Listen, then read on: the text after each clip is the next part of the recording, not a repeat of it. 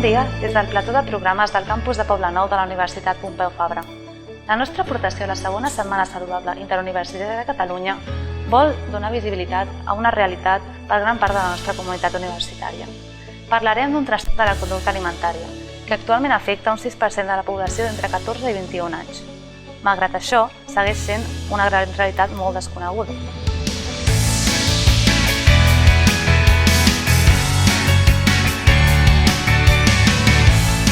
Parlarem des de la vivència d'un testimoni personal. La universitat és un espai ideal per parlar sobre salut mental amb total llibertat. Així doncs, iniciem el debat.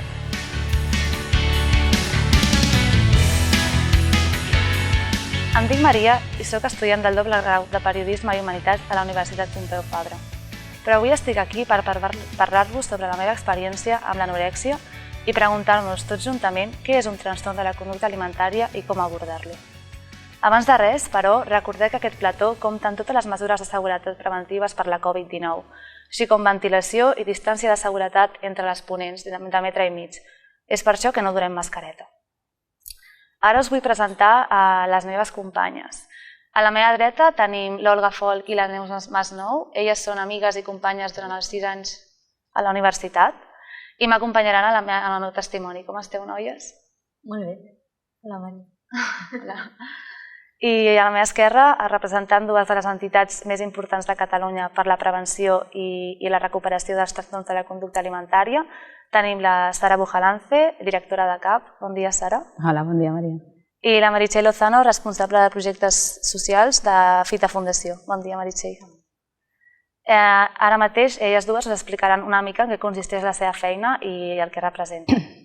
Endavant, Sara. Molt bé, doncs jo represento a l'Associació contra l'Anorèxia i la Bulímia, com ja has dit, que és una entitat sense ànim de lucre que tot just va néixer fa 30 anys, en mans de pares i mares que tenien una filla ingressada per un trastorn de la conducta alimentària a l'Hospital Clínic de Barcelona i van crear l'associació amb el suport dels professionals de la unitat amb l'objectiu d'ajudar a altres persones i a altres famílies que s'han d'enfrontar malauradament a aquest trastorn. Des dels seus inicis acompanyem a persones que ho pateixen i a les seves famílies i també portem a terme accions de prevenció amb l'objectiu d'evitar l'aparició del trastorn. Gràcies. Meritxell? La Fundació Fita és també una entitat sense ànim de lucre. L'objectiu principal és reduir el que serien les problemàtiques de salut mental d'inici a l'etapa adolescent a través de la prevenció, la detecció primerenca, la formació de professionals, de famílies i també dels propis adolescents i joves i l'atenció social en diferents projectes que tenen per objectiu facilitar el procés de recuperació de les persones que pateixen problemàtiques de salut mental. Molt bé, gràcies. Més endavant tornarem amb elles, parlarem de prevenció i com abordar-ho. Però ara jo mateixa em presentaré una miqueta. Bé, jo com he dit soc la Maria i actualment puc dir que després de 10 anys de lluita contra la meva anorèxia, trastorn alimentari, trastorn de la conducta alimentària, puc dir que estic recuperada i no és un paper que hagi signat, és una cosa que sento per dins perquè és un estat mental i un estat de vivència que dius ara sí que estic bé. I estic molt emocionada d'estar aquí amb vosaltres avui i de poder dir-ho en veu alta perquè era com una fita impossible per mi, era com si em diguessin que l'endemà estaria volant. No era com jo mai arribaria a aquest punt, inclús per part sanitària m'havien dit que jo era crònica, que volia dir que estaria sempre amb la malaltia. Bé, doncs no és així. Sí que és cert que és una malaltia que és com una veu interna que t'acompanyarà potser tota la vida, però la pots arribar a gestionar i pots no fer-li cas i pot desaparèixer, no? Tot i que has d'estar alerta. També volia comunicar que ara mateix em trobo a Barcelona, però estic fent un Erasmus a Dinamarca i això és molt important perquè en la meva última etapa de recuperació, la meva última teràpia, un dels meus objectius dintre la meva llista era poder marxar d'Erasmus perquè jo ja vaig intentar marxar d'Erasmus 2 cops però la meva situació no m'ho permetia i ara mateix estic molt bé allà i és com que bé, no? O sigui que ho he aconseguit, era com un objectiu i els objectius es poden aconseguir. Bé, després d'aquesta breu introducció ens preguntem què és un trastorn de la conducta alimentària, no? Per això he preparat unes breus diapositives, una mica il·lustratiu, perquè ho entenguem. Aquesta primera part és una mica més potser teòrica, però no deixo de ser jo la que ho explica, o sigui que potser és més amè. Doncs aquí veiem una fotografia d'un d'un iceberg, no? Perquè jo recordo que quan vaig començar teràpia em van dir la teoria de l'iceberg. Què vol dir això? Vol dir que gran part de la gent, societat, podem dir, només veu el trastorn de la conducta alimentària a la punta de l'iceberg. Què vol dir? Les conductes patològiques, l'estat físic, el que molta gent considera que són els patrons d'una conducta alimentària. Però sota això, sota l'aigua, es troba tot el malestar emocional, tota la mala gestió de les emocions que tens, ansietat, incomoditat, no agradar-se a una mateixa, males relacions familiars, multitud de coses perquè cada cas és un món. Però jo sempre dic que per mi un trastorn de la conducta alimentària és una mala gestió de les teves emocions a través de les conductes amb el menjar i els seus derivats, no? Perquè, clar, hi ha molts trastorns de la conducta alimentària diferents, cada cop més, perquè malauradament la cultura de la dieta, la cultura de l'esport, la cultura de la imatge està a tot arreu, cada cop amb més freqüència, cada cop afecta a persones més joves, abans he dit 14 i 21 anys, però poden ser nens i nenes, pot ser gent gran, no hi ha tampoc diferència de gènere, o sigui, està a tot arreu. I és una malaltia que es veu amb molt tabú, la gent té molta por de dir-ho en veu alta perquè hi ha molt estigma sobre ella, llavors s'amaga. I això és el que jo deia de que només veiem la punta de l'iceberg. Llavors aquí veiem aquesta imatge que segurament heu vist en molts llibres de text o us l'ensenyen quan us parlen de què és un trastorn de la conducta alimentària. Bé, és una persona que podríem dir noia, perquè la primera associació és que és una cosa que li passa a les noies, entenem noia com l'expressió de gènere femení, joves, i que bàsicament és una persona que està amb un estat físic extremadament prim, però que es veu distorsionadament diferent. Jo crec que aquesta és una imatge molt reduccionista del que és un trastorn de la conducta alimentària perquè es vincula única i exclusivament al cos, quan no és així, com he comentat abans.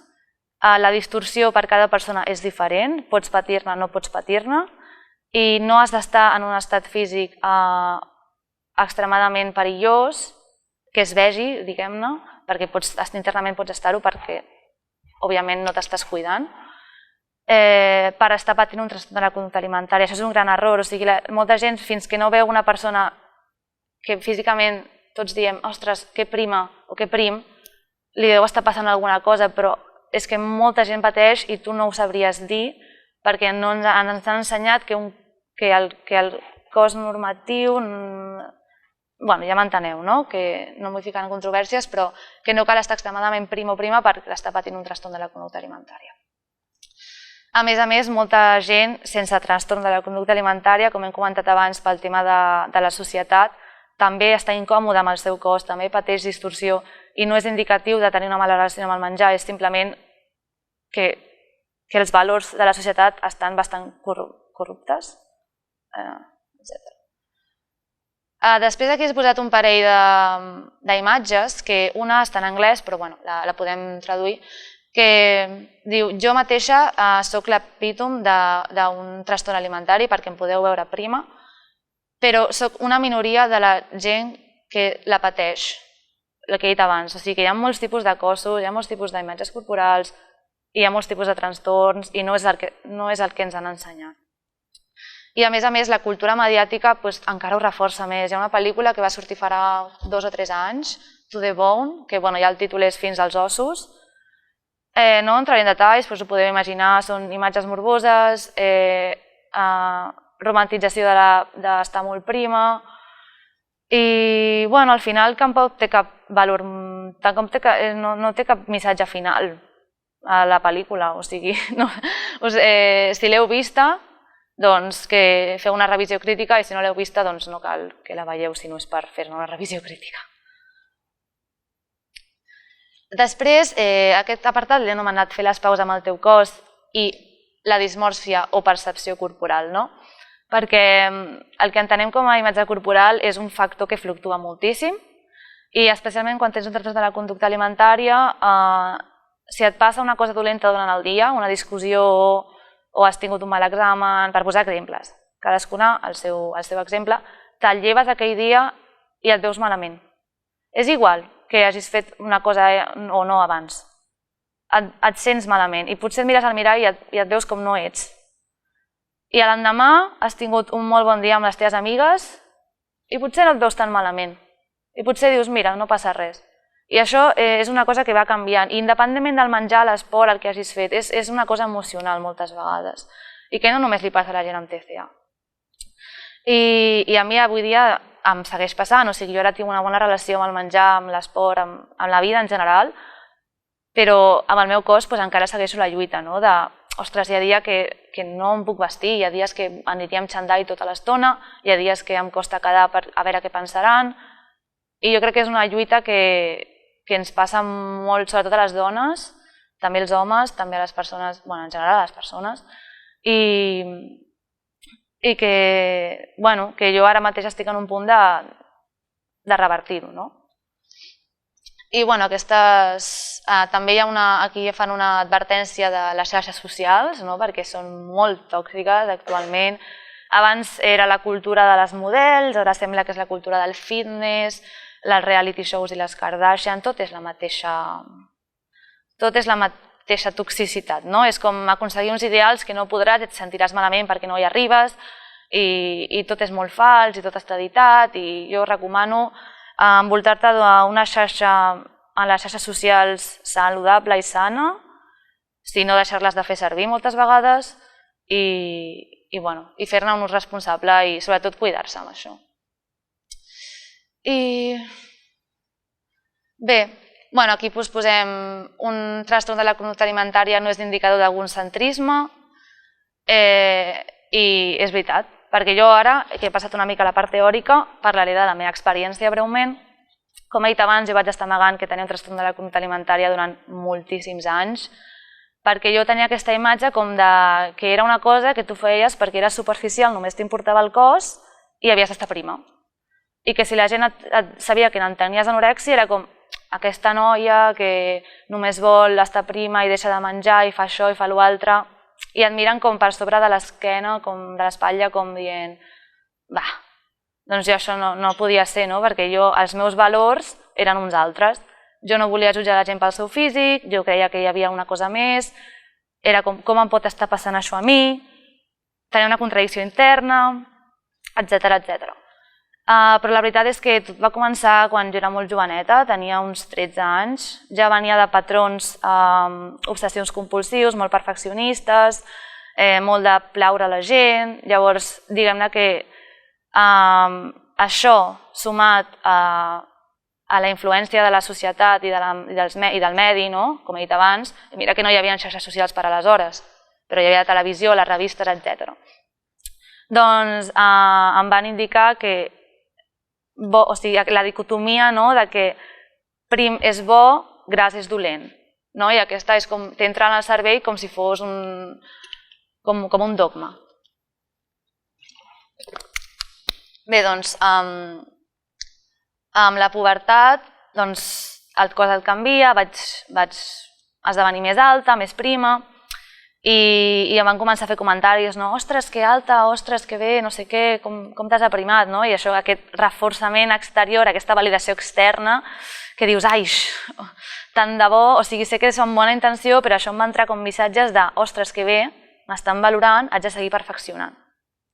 Així doncs, vaig començar a dir, ara faré una vida sana, i no semblava estrany pas, perquè totes les meves amigues feien dieta, era com el cos de biquini, no sé què, i així anaves fent, no? I era com, què passa? Que quan t'ho prens com una obligació, no com una cosa que vols fer temporalment, i comences a fer-ho com una rutina diària, és com un dia fas una cosa, a l'endemà fas aquesta cosa més l'altra cosa, a l'endemà ja són 3 coses que has de fer, 3 rutines més, i això va sumant, no? I fins al punt en què tens tantes rutines relacionades amb el moviment i amb el cos i amb el menjar, que la teva vida es focalitza en acomplir-les, no? Tu et lleves un dia i cada minut i cada cosa va programada segons la teva planificació. Què passa? El teu cervell és com una calculadora o un engranatge que només funciona per fer servir per acomplir aquestes rutines. I durant molts anys doncs, vas perdent com tot el... Jo què sé, jo veig el meu cervell com que es va anar reduint, la meva visió en comptes de ser així va ser així, com molt estreta, i només veia el que havia de fer a cada hora, i clar, això et genera molta ansietat. A més, en una època de canvis, de formació com a persona, ets adolescent, estàs creixent, no et coneixes i amb això encara et coneixes menys, perquè tot ho redueixes a soc la imatge que estic donant al món. Haig de ser perfecta, haig de ser bona persona, haig de complir amb les tasques de l'escola, haig de ser educada, no puc defraudar ningú i a més haig de tenir un cos que sigui acceptat socialment. I això és molta autoexigència per a una persona de 14 anys, 15 anys, que encara no sap ni, encara no sap ni gestionar les seves emocions, no? Què passa? Que quan portes molts anys amb això ja comença a sortir-se del teu control. Perquè una de les grans fal·làcies és que tu creus que estàs en control de la situació, que tu pots dominar-ho tot. I el que no saps és que al final el teu trastorn alimentari t'està dominant a tu. Ets com una titella i totes les normes et van fent com ara fes això, ara fes l'altre, ara fes l'altre. I tu estàs, ostres, sí, quin poder que tinc, no? Fins a arribar a un punt que a mi em van explicar que es diu lluna de mel, que és en el teu pic de ostres, he assumit un cos amb el que em sento super segura, estic en control de la meva vida i ara puc fer tot el que em doni el que vulgui. Clar, a mi el cos em proporcionava seguretat vers les relacions socials i pensava que podia complir tot el que volgués. Però clar, era com a esclava del meu cos, perquè si no feia el que havia de fer, aleshores no sortia de casa, o no anava a la platja, o aquell dia no em dutxava perquè, ostres, no em puc mirar al mirall, etc. Llavors, ja quan passa aquesta lluna de mel, ja, amb els anys vaig caure en picat, tot se't surt de control, comença l'ansietat, els estats depressius, deixes de quedar amb amics perquè no vols anar a llocs on hi hagi menjar. Jo què sé, jo tinc una anècdota, estava a classe a batxillerat i ens van donar una xocolatina com a recompensa per un examen, no recordo ben bé, i jo estava suant pensant, no me la vull menjar, però no vull que la gent noti que no me l'estic menjant quan tothom se l'està menjant, perquè notaran que em passa alguna cosa estranya, però alhora no me la puc menjar, perquè llavors què faré després? I jo sola vaig entrar en un estat d'ansietat total, que no sé si vaig marxar de la classe. O sigui, petites coses que poden semblar molt irrellevants, però que en el teu dia a dia t'estan condicionant totalment. I bé, perdoneu. Bé, llavors, a part d'això, et converteixes en un bloc de gel, no? Perquè ni sufres ni padeces, que diem. Com el teu cos és una maquinària a la que estàs forçant, perquè no l'escoltes, o sigui, no escoltes les sensacions de gana ni de descansar. Bàsicament, aquestes hores estan anul·ladíssimes. Per tant, tampoc sents sensacions de plaer, de cap tipus. Inclús arriba un punt en què estàs com una apatia total, res et proporciona alegria, però tampoc res et fa patir, no? Llavors és com una arma molt fàcil. Ostres, la meva mare, la relació amb ella és no puc. O sigui, és molt difícil, cada cop que la veig pateixo, em centraré en el meu trastorn alimentari, potser no conscientment, però al final et serveix com per no patir, no? O sigui, mentre faig això o mentre no faig això no estic pensant en l'altre. I això també és una arma, o sigui, és una arma de gestionar el malestar, que no ho fas conscientment, reitero. O sigui, no és una cosa que tu decideixis un dia, ostres, avui tindré un trastorn alimentari. Cadascú el té de forma diferent. Però és perquè entengueu que al final no és que vulguis estar prima i ja està. És que no vols patir, és que no saps com gestionar la teva realitat, és que no coneixes una altra opció, és que ja hi ets a dins i no tens control sobre la situació, és que has perdut la voluntat i estàs atrapadíssima i estàs malament. Estàs malament.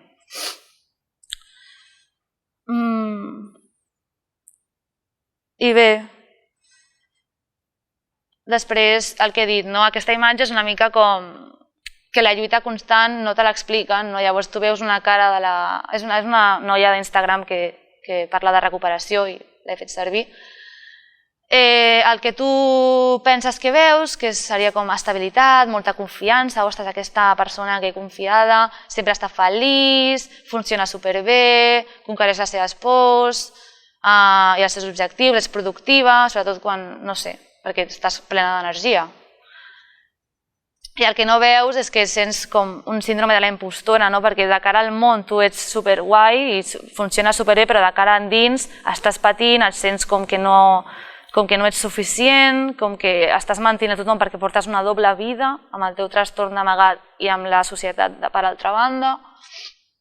Sempre estàs dubtant, et sents darrere tothom, també tens por a fallar i a decepcionar la gent, i per això sempre els intentes plaure, i estàs molt trista, i també quan estàs en recuperació, que ara parlaré, també hi ha una narrativa de no estic prou malalta com per curar-me, no estic prou malalta físicament, no estic prou malalta mentalment, per tant no m'hauria de curar, etc.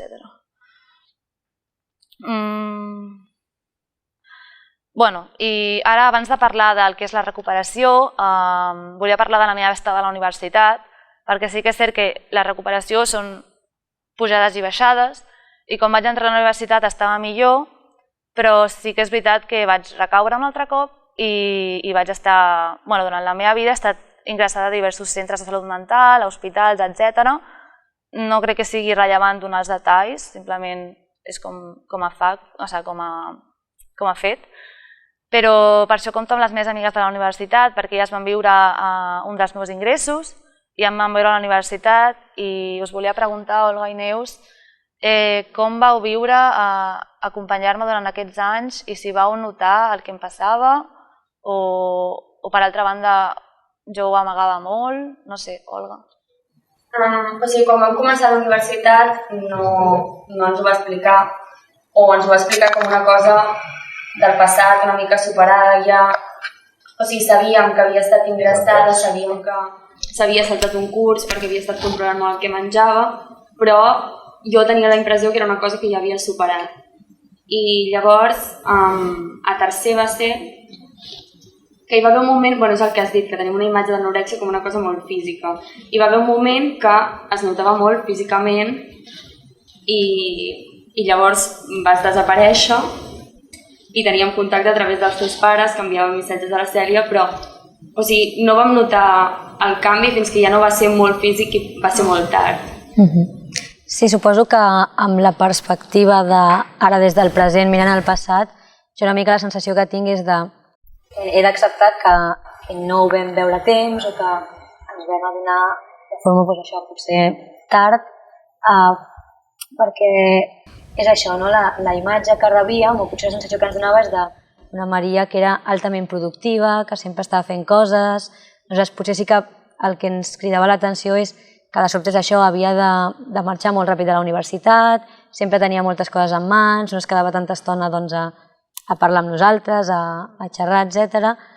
Però sí que tens la sensació de clar, hi havia tot això, que és un tema no físic, i en canvi no ho vam saber veure tan clarament com potser ho sabríem veure ara amb l'experiència, perquè a més teníem la informació d'una cosa de l'ESO i com tu en parles molt obertament i tu ets una persona que et mostres com una persona que no vol creure en els estereotips físics, que ho té superat. A més, aleshores és això, saber nosaltres que s'ha de desmuntar la idea de que sigui una cosa d'això, com molt superficial, de que com jo vull tenir un físic, per això hi caic, i no, hi havia molts altres aspectes psicològics que hem d'estar atents, tothom.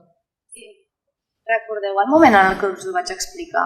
Perquè jo recordo que per mi era com... jo vaig desaparèixer perquè vaig estar ingressada i estava pensant sempre, ostres, ara tothom ho sabrà, i jo no li he explicat a ningú, però li vaig explicar a una amiga, i què diran de mi, i tot el que he estat esforçant-me perquè semblés que no passava res, ara de cop i volta tothom ho sabrà, i sé que quan vaig tornar vaig voler parlar amb vosaltres més en detall i és el que he estat fent els darrers anys, no? Perquè encara seguia. No sé si... Sí, o sigui, jo diria que hi ha una gran diferència entre com parlaves del tema abans i ara, que ara en parles molt més obertament, ara quan et passa alguna cosa de seguida ho dius, o sigui, va haver un punt que vas... O sigui, primer ens ho vas dir per missatge quan vas poder sortir i després ara sí que ja en parles superobertament, però abans no. Jo em recordo sobretot això, no?, de que la informació que teníem... O sigui, la sensació era de... Ha desaparegut, ja no la veiem a classe, ja no la veiem ni de passada, aleshores què passa? La informació ens arriba dels teus pares i recordo d'algun moment que sortiris parlar amb tu al metro, així, com molt breument, aleshores, clar, o sigui, però ja en aquell moment sortint del centre ja suposo, ja la comunicació és diferent d'abans d'entrar, perquè clar, abans d'entrar sí que va ser la sensació que havia sigut tot molt de sobte, clar, no per tu, però per nosaltres sí que suposo es va precipitar molt ràpid. Sí, i que potser, clar, amb cada persona deu ser diferent, però jo, per exemple, amb tu, ara, si tornessis a estar igual de malament, potser t'ho veuria molt més abans, això que ha dit la Neus. Però tu ser una persona que sempre està fent moltes coses, o sigui, pots confondre ser una persona molt, molt, molt productiva i no veure, doncs, que estàs caient en picat, no? Bueno, això depèn. Jo és que la meva forma de no pensar-hi era fent 1000 coses. Hi ha gent que es tanca a casa, o sigui, això depèn de la persona com ho exterioritzi o els símptomes que diem que pugui tenir. Però bueno, sí que és cert que a mi em costava molt expressar-ho, inclús amb elles, que hi passava cada dia, però és com que, és el que deia abans, tenir tantes rutines diàries d'anar a casa, dinar a casa, anar al gimnàs o el que fos, que no vaig gaudir de la vida universitària, jo no em quedava els dies a dinar amb elles tot el dia a la uni, de la mateixa manera que tampoc vaig tenir adolescència i em sap greu. Però bueno, diguem-ne que ara ho hem revertit. Sí. Sí, i una mica amb el que has dit tu també, que o sigui, també vaig veure com un canvi molt gran a nivell personal d'abans i després, perquè l'estiu que ens vam veure, perquè jo després vaig marxar d'Erasmus i quan vaig tornar vam passar tot un estiu treballant juntes i clar, l'últim cop que l'havia vist va ser just abans de que desaparegués i vaig pensar, uau, la Maria sembla una persona completament diferent, o sigui, no físicament, sinó amb manera de ser, manera de portar-se amb la gent, de, no sé, tot. Sí, ara arribava a aquest punt, que és com el punt d'esperança després de tot el que he dit ara, però gràcies, i gràcies, Neus. A tu. Bé, doncs, ara precisament anava a parlar d'això, del moment en el que et vols recuperar. O sigui, jo durant molts anys, des que vaig començar teràpia amb 15-16 anys, jo no volia sortir-me'n de la malaltia, d'acord? Però jo era menor. Aleshores, les institucions a les que vaig estar m'empenyien a curar-me, que, bueno, incís en curar-me. Jo mai he fet servir la paraula curar-se de, sinó recuperar-se de. Perquè curar-se ho associo més a curar-te d'un refredat, no? Et prens un paracetamol i descanses. Però, i a més no crec en una curació completa, però no perquè no et puguis recuperar del tot, sinó perquè penso que és un procés, no?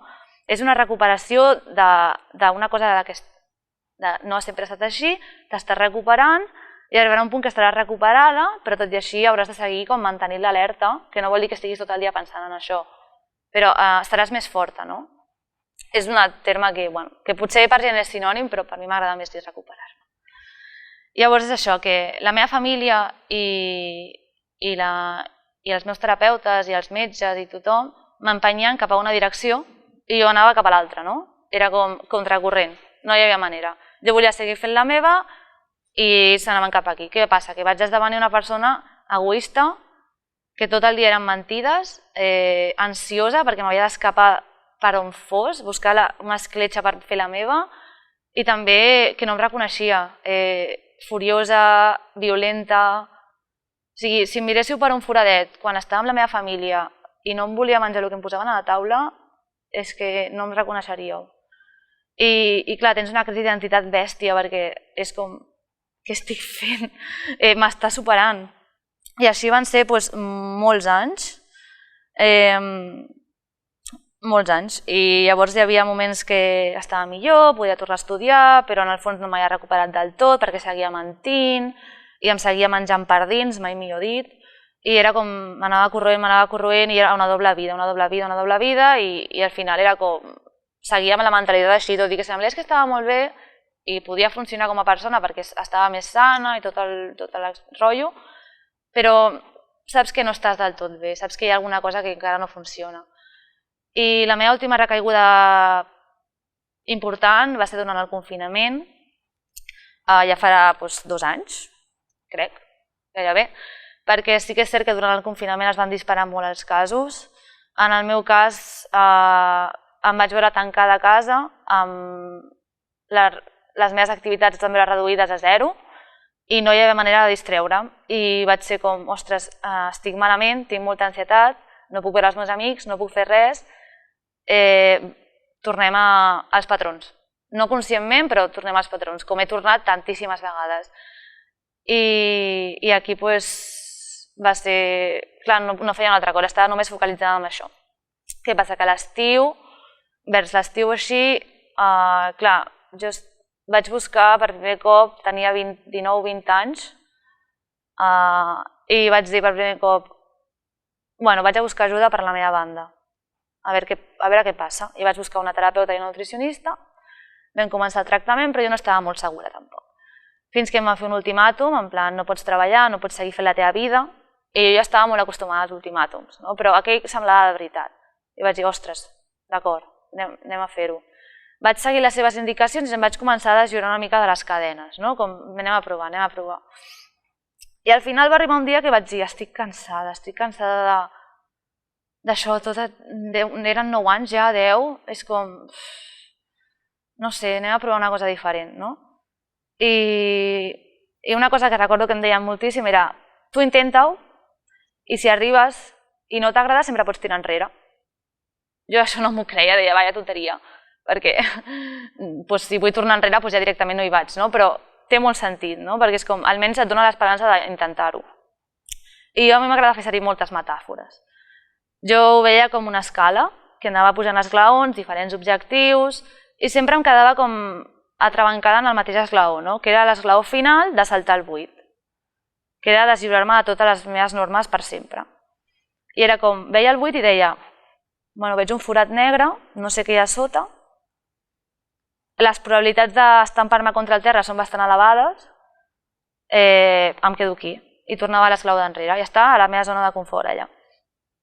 I a vegades tornava una miqueta més enrere, tornava endavant, em quedava allà com fent voltes. I clar, com estava més o menys bé, així vaig estar allargar-ho molt temps, però passa que al millorar el meu estat físic també millora l'estat mental. I vaig començar a conèixer gent, vaig començar a reviure en molts aspectes, vaig començar a reviure amb la vida social, amb la vida sentimental i sexual, que jo no l'havia tingut mai i també crec que és molt important parlar d'això, amb la relació amb el meu cos, amb els plaers que em proporciona mirar una pel·lícula i no estar angoixada perquè estaré 3 hores al cinema tancada. I llavors vaig dir, ostres, anem a seguir per aquí, a veure què passa. I a poc a poc, no sé com ho vaig fer, però vaig fer aquell clic que diuen que fas, que no és un clic, és una transició, però te n'adones que el teu cervell ha fet com... I que d'aquí ha passat aquí. I que de cop i volta no només és que mengis amb més naturalitat i no estàs calculant-ho tot i no estàs cronometrant cada minut que camines i tot això.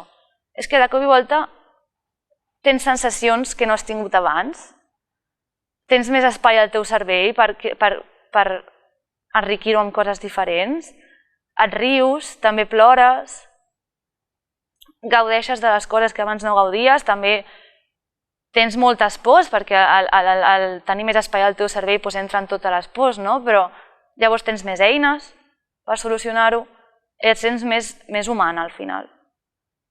I és una sensació que no sé si l'he descrit bé, jo crec que sí, però a mi me l'explicaven testimonis quan jo estava malalta encara i era com, no sé entendre-la. I ara l'entenc i és que des d'aquesta posició no tornaria enrere ni boja. O sigui, per molt que no hi ha dies que no m'agradi el meu cos, per molt que vulgui oblidar les coses que em preocupen, és que no em sortiria de dins. És que no. I bueno, crec que he fet un bon resum d'això. Espero que estigui servint a potencials persones que estiguin patint o que no, o que coneguin gent. I llavors, abans que parlin les meves companyes, us vull ensenyar... Ai, aquesta no l'he posat. Us vull ensenyar algunes coses amb les que vull que us quedeu finalment. Primerament, una persona no és el seu trastorn alimentari o el seu trastorn mental. O sigui, tu no ets anorèxica, ni ets bulímica, ni ets el que sigui. Tu pateixes de. Això com a primer. Perquè si ja identifiques la teva identitat amb el teu trastorn alimentari, no hi haurà manera de desempallegar-te de dir. O sigui, serà que això és un gran problema, que jo ho vaig viure molt. Jo creia que jo era l'anorèxia i jo sóc la Maria, no sóc l'anorèxia. Després, una clau molt important, no comentar el cos de les altres persones si no és una cosa que puguis solucionar en 3 segons. O sigui, tens alguna cosa entre les dents o t'has tacat la brusa, te la pots netejar, ok. Però no comentis, ostres, t'has aprimat, ostres, t'has engreixat, ostres, quina cara de no haver dormit, perquè, primer, ningú t'ha preguntat i després no saps com aquesta persona ho pot interpretar. Tingui un trastorn alimentari o no el tingui. Mai pots saber. O sigui, la meva recomanació és que no cal comentar el cos dels altres. Òbviament, si la Neus porta un vestit al·lucinant i li queda bé, li diré. Però li diré, m'agrada el teu vestit, et queda bé. Però no, més enllà d'això, no cal. Després, encara que no tinguis un TCA, pots patir moltes lluites internes vers el teu cos, la teva autoestima, la teva seguretat, etc. I no deixen de ser menys vàlides.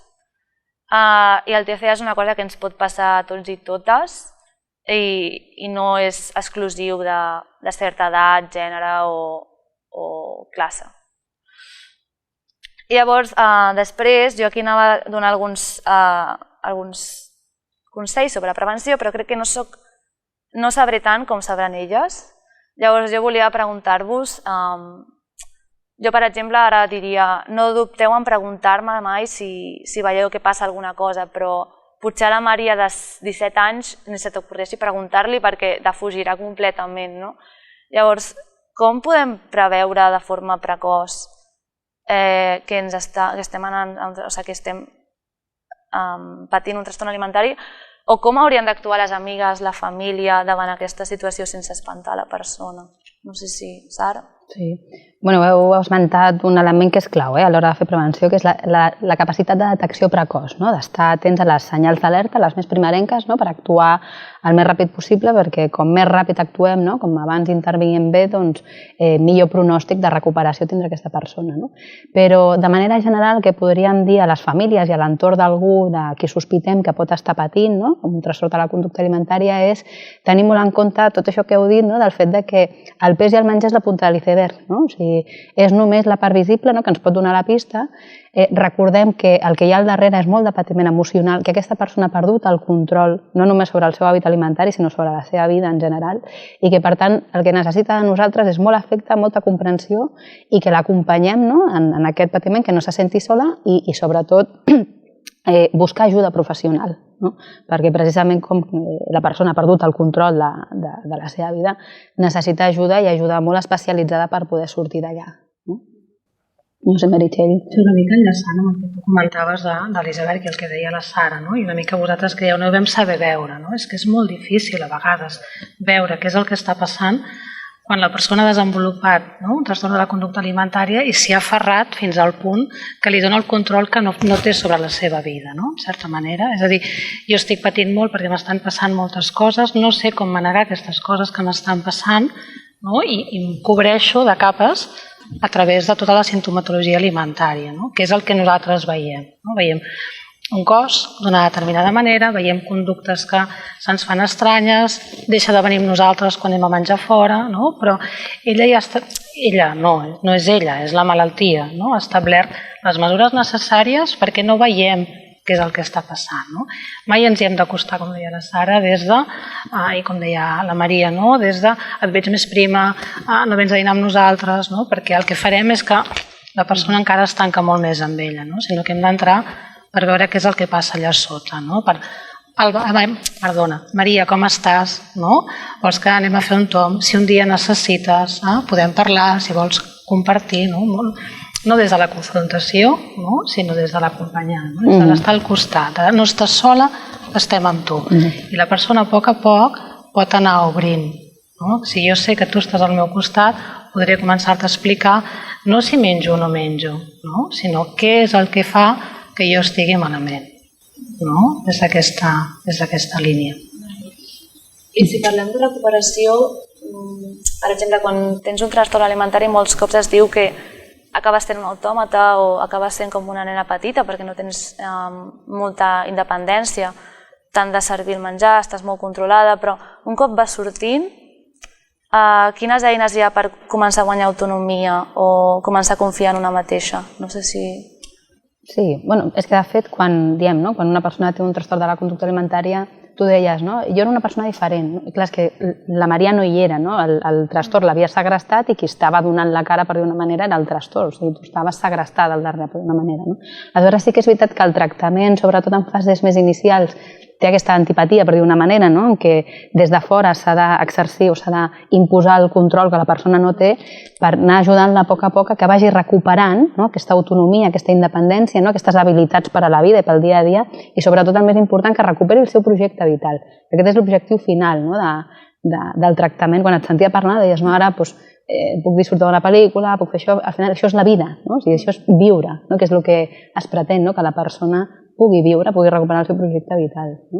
Aleshores, és cert que el tractament, com a mínim a dia d'avui, inicialment no sabem fer-ho d'una manera potser més amable, perquè amb el trastorn sí que toca ser molt ferm, però l'objectiu és rescatar la persona, ajudar-la a sortir d'allà per si sola, donar-li la mà, fer una feina en equip i que pugui recuperar el seu projecte vital i a partir d'aquí, a mesura que la persona va guanyant aquesta autonomia, anar flexibilitzant el tractament amb l'objectiu que pugui fer una vida completament normalitzada i tal com la persona tria fer-la, no com el trastorn li obliga a fer-la.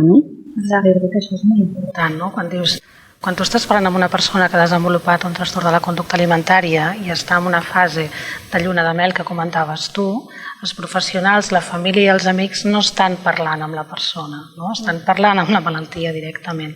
Llavors, als inicis del tractament és una lluita perquè el que intenta l'equip finalment, la gent que està treballant amb aquesta persona és arribar a la Maria.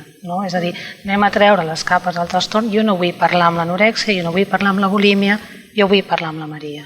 I vull que la Maria em pugui dir si realment el que està fent és el que li agrada, si és que està estudiant els estudis que vol fer, si amb la família s'hi sent a gust, si ha tingut un conflicte amb algú, si li ha passat alguna cosa. Quan la Maria pot començar a parlar, i podem aparcar el trastorn, és molt més fàcil tot plegat. És en el moment en què tu comentes, hi ha un moment en què faig un clic, hi ha un moment en què la Maria es permet parlar.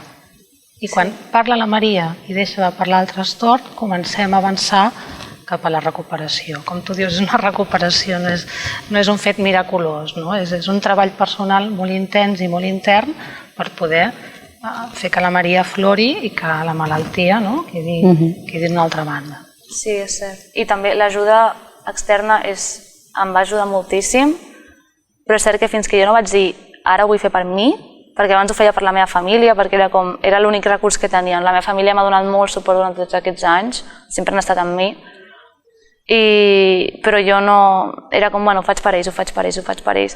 I fins al dia que vaig dir ho faig per mi, aleshores vaig saber totes les eines que m'havien proporcionat, que havia estat escoltant però no gaire, aleshores sí que les vaig saber, les vaig utilitzar de veritat, I, jo crec que és la balança entre l'ajuda que et donen i adonar-te a tu mateixa que ho vols fer. Sí. Sempre diem que és una feina en equip, Sí. És cert que la persona directament afectada té que posar tota la seva energia, però és molt important el suport que rep per part de la família, de l'entorn més proper i d'un equip clínic especialitzat. Totalment és una feina en equip. S'ha de coordinar i has d'anar a una perquè si no, no funcionarà. Sí. Doncs moltes gràcies per la vostra aportació.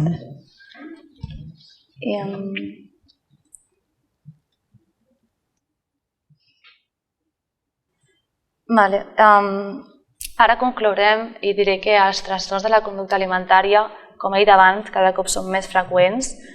Últimament, explicant la meva història a persones que no la coneixien i el motiu pel qual venia aquí, moltes em deien, ostres, em sento molt identificada perquè jo també l'he patit, jo conec algú que l'ha patit, o jo també he estat en un procés de dieta o de malestar amb el meu cos. I això a mi és com, em xoca, no? Perquè és com que em genera molta impotència. El problema de base, com he dit abans, és estructural. No ajuda que els valors sobre els que està fonamentada la nostra societat estiguin totalment podrits i es valori per la teva imatge corporal en comptes de pels teus valors. En aquest cas, també se't valora per la teva capacitat intel·lectual, pel teu estatus econòmic, etc. No? Però hauríem de mirar més a l'interior de les persones, potser. Però encara podem fer alguna cosa, no? Jo poso una mica d'esperança aquí, podem revertir aquests valors a nivell petit, podem visibilitzar la malaltia, podem normalitzar-la sense que sigui tabú, podem parlar del que ens passa amb amics, companys, família, professionals, etc. Jo ara mateix ho estic fent davant de vosaltres i m'està servint a mi, però us està servint a vosaltres també. I bueno, doncs crec que hem fet un gran resum entre totes. I amb això ja tanquem el nostre debat. Moltes gràcies a totes de nou per la vostra intervenció. I ara donem pas a un estudiant de la Universitat Oberta de Catalunya que ens parlarà sobre el dolor permanent i la gestió del malestar emocional.